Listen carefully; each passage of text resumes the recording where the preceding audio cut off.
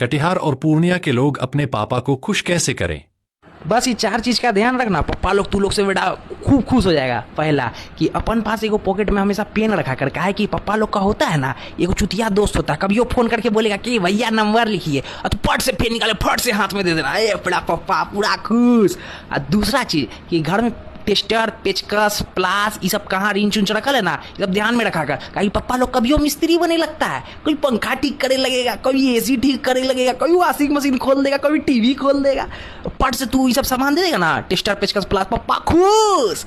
तीसरा होता है ना कि जब तू पप्पा लोग के साथ मार्केट जाता सब्जी सामान कुछ लेने, तो उसमें कि ना पप्पा लोग का उन लोग से पहले कैलकुलेशन कर दिया कर, सब्जी वाला से पहले कि 10 किलो आलू, 5 किलो भिंडी इतना हुआ है, पप्पा इतना हुआ, पप्पा और खुश। और चौथा, सुबह 4 बजे उठा करवाए वाले, तू पढ़ लिख मत लिख समझा,